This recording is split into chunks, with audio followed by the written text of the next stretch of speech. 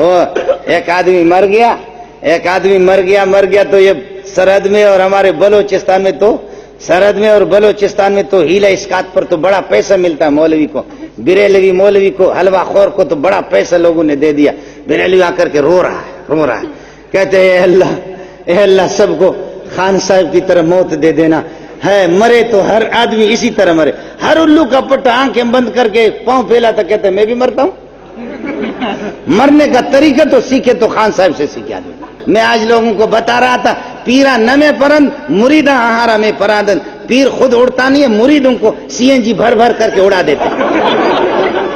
مرید پمپ لگا کر کے ہر ایک کو. پاکستان کا علاقہ بھی اس قسم کا ہے، اللہ آپ کا بھلا کرے. یہاں کوئی بھی بدبخت آتا ہے لوگ اس کے پیچھے لگ جاتے ہیں، اللہ آپ کا بھلا کرے. وہاں ہمارے ایک پٹھان نے، پشین کے پٹھان نے دعویٰ کیا میں نبی ہوں اور مہدی ہوں.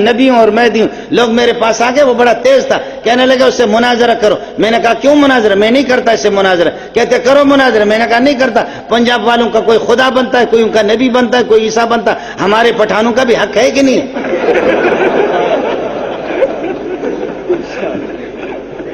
ہم نے کہا بلوچستان میں کیا ظلم کیا؟ بلوچستان میں بھی کیا ہے؟ بلوچستان میں بھی کوئی نبی ہونا چاہیے نا. یہ آپ کے یہاں پر اصغر علی نے پنڈی میں دعویٰ کیا نبوت کا. اصغر علی نے، میں نے آ کر پنڈی والوں کو کہا، مجھے بلایا، میں نے کہا اگر نبی سچا ہے تو تم سارے کے سارے صحابی بن گئے. نبی تمہارا سچا ہے تو اس لیے کہ نبی کو جو دیکھتا ہے وہ کون ہوتا ہے؟ تو میں نے کہا پنڈی والے سارے صحابی ہیں. اور اگر یہ کہ وہ سچا نبی نہیں ہے، جھوٹا ہے، تو 2 جوتے تم لگا لیتے. تم نے بلوچ کو بلایا کیوں؟ 2 جوتے لگا دو.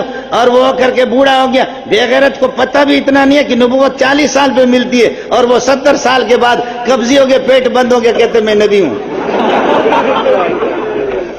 اس کے لیے قبض کشا 2-3 گولیاں لے لو، پیٹ کھل جائے گا.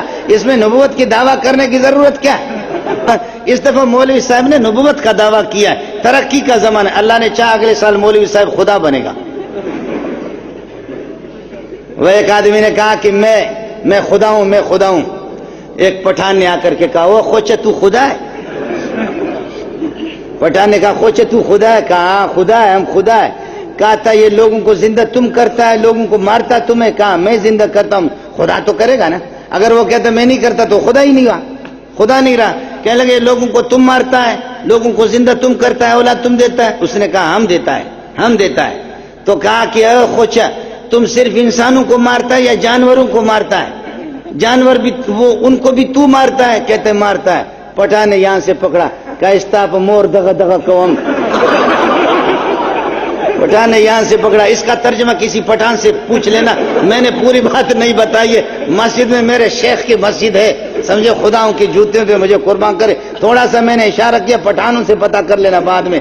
اس نے کہا خوچے تم جانوروں کو تم مارتا ہے؟ کہا ہم مارتا ہے، اگر نہیں مارتا تو خدا نہیں رہا. پٹھان نے یہاں سے پکڑا، استاپ مور دغا قوم، استاپ خور دغا قوم. کہنے لگے تیرے مور اور خور تیری ماں بہن کو یہ کرے. بے غیرت، میرے بچوں کی ایک بھینس تھی، اس کو بھی تو نے مارا ہے نا.